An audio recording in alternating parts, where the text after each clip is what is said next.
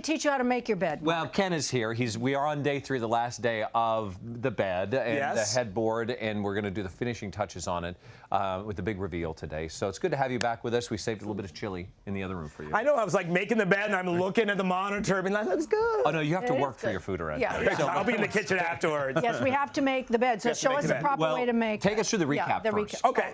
So let's start. So we started this basically from scratch, and we started with just a piece of plywood, and we drew a pattern out. We have a film here. And this is for the headboard. This is for the headboard. We drew a pattern out using trash can and buckets, cut it out, a little adhesion, and we used insulation foam. Then we wrapped that with just plain old cotton batting, a little stapler gun to hold it in place. That got us to our actual headboard.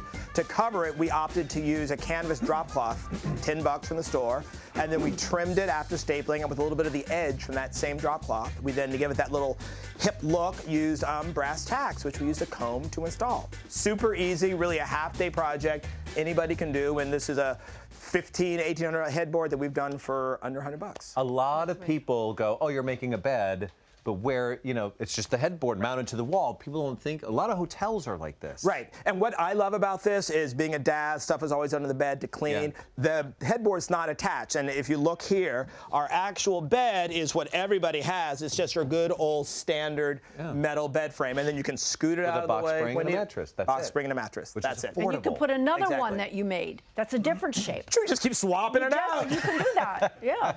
So let's start with actual, what we do to actually now go from this metal frame and headboard to one of those big luxurious beds you see in all the magazines. And there are a couple of elements that people may not be aware of, little tricks of the trade that designers use. First of all, did you know that when you go to buy a house or look at those magazines and there's a huge bedroom, it's because they usually have a full-size bed, not a queen or king in the photo? Oh. So be aware, if you're shopping for a house, it's probably a small bed, which is making that room look so large. Oh, well, thank you for that little tip. Trickery. Yeah, little trick. A little tomfoolery, huh? So let's see here. So what we started with, you've got your box spring and you want to cover that. And what I have here is a dust ruffle. And you really need that. It's not so much as the dust, but it hides all the stuff you have hidden under your bed. And it covers up all of that. If you're using a bed that actually has bed rails on it, you still need to cover the mattress, but don't buy an expensive mattress cover. Just get a second fitted sheet and put that over your box spring. Yeah, do the same thing. And now we start off, you get a sheet set, you start off and you get your fitted sheet, pull it tight. Everybody knows that, pretty simple. Now, if you want to help me here, I'm going to let Mark help you since he doesn't know how to make a bed. Very good, Mark. Okay, again, now I'm out of control. He'll show you. Pretend it's middle of the night and you're cold. Okay. You go grabbing at the foot of your bed for your sheets. All right, there you go. So we're going to put the top sheet on, and the key here is you want to make sure, if you can see here, we've got some little detailing. You want to put that detailing down, so print side down, etc. You want to put it all the way to the top of the sheet. Perfect. To the top of the bed.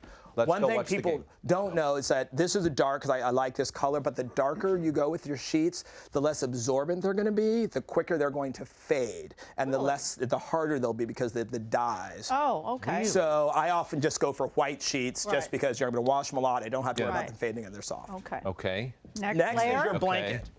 So most people try to put the blanket on top. What you want to do is actually sandwich your blanket in between. And it doesn't have to fit the whole bed. See, this one's short. Just line up one end with that. Okay. The top end here. And now this is when we deal with our top sheet.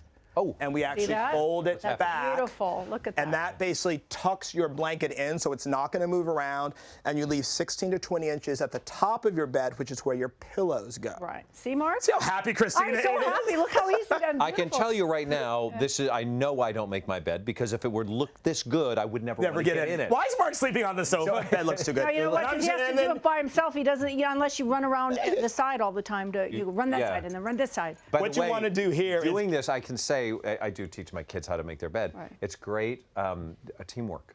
It is. It teaches them how to work together. And nothing is better than getting into a well-made bed at the end. Oh my gosh, I love it. And you want to do your hospital corners here. Tuck your bottom in, and then you're going to pull this up, tuck in the corner here, let this come back down, and then tuck this. Very nice. So you're nice and tidy. Mark?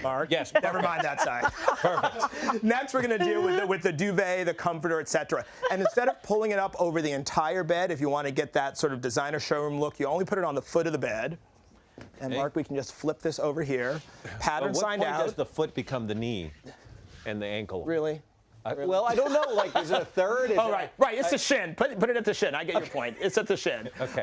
And another trick here, what I've done, this is a queen size bed, but I got a king size comforter because a queen size comforter is not going to come all the way down. If you see here, we have this nice sort of luxurious at the foot, and that's because it's Okay, a I'm queen gonna size blow bed. that theory out of the water because great, you got the queen, you buy the king. If you got the king, By the Cal King. California Cal King. California. You're like, whatever. forget it. Okay, now So comes now my favorite pillows. part. Okay, Pillows the favorite part. And people go a little too crazy on pillows, I think. So I'm going to show you what I feel is the right amount. You start with a Eurosham. And a Eurosham is usually a square. You want a 26-inch square for a queen. You go up to 30-inch square for a king. And prop that up on the back. And then you want to start adding your pillows. First, you want to do your sleeping pillows. And I like to keep them under, though. But you're saying you tip them watch. up. You want to tip them up. Now, which side do you pull it on the outside? You put your Is this flange on the outside, so your non-flange, they can. Could they come together? Exactly. And I always like to have two sets of these because you really don't want to mess up your Euroshams when you're reading in bed. So you get a second bit, and You know, these, I have that thing where everything has to be It'd be linear. perfect. Yeah, I know. okay. I know. That's why she has to work with And it. I did the same thing on this. These are king size shams, and so that's going to make the bed feel more luxurious. And I got a set here. I actually got a set at Target for $79, which was these, the comforter, and some of the other pillows. But then you mix those in with a nice blanket and some accent pillows that are more expensive, so you can get that look without spending a ton of Would money. this be the official definition? If I went to the dictionary and looked up the word zhuzh, would Zhuzh. this be? This, I think, That's the zhuzh part. Okay. I want to make sure. So now we have this. What I'm going to do to add the actual, we're going to add some accent pillows, and we're actually going to make one of those great fur throws. Ooh. Which I absolutely, I went actually to Sears, and they were $250 at Sears. Wow. Right. So I was like, Wow. you know. No. Ken, don't play that. So I actually went to Joann's Fabrics, and I found this $16 a yard. And you can get really nice European faux that are about $50 a yard, but you really only need 1 yard.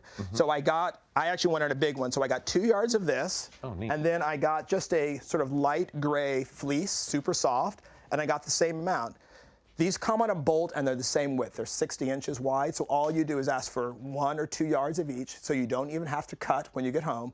This is actually the perfect beginner sew project. All you're going to do is take your fur, take your fleece, and put them right sides together, so you have one big square, and you're just going to sew 4 lines You're around covering the entire furry thing. part. Well, you'll flip it over later. All you do, 4 sides, leave about 12 inches unsewn, flip it over. Your face is all scrunched up, like, well. This whole thing has really got me upset. I'll make what a have you deal. been doing? I'm gonna sew this. Well, throw me the pillows first. Oh, we'll do those when I finish with the sewing. I'm so excited. I want to finish I'm the gonna bed. sew this throw. I'll then come back when we're after you all Okay. take a little Okay. break, All right. and I'll have this finished. This is how quick this goes.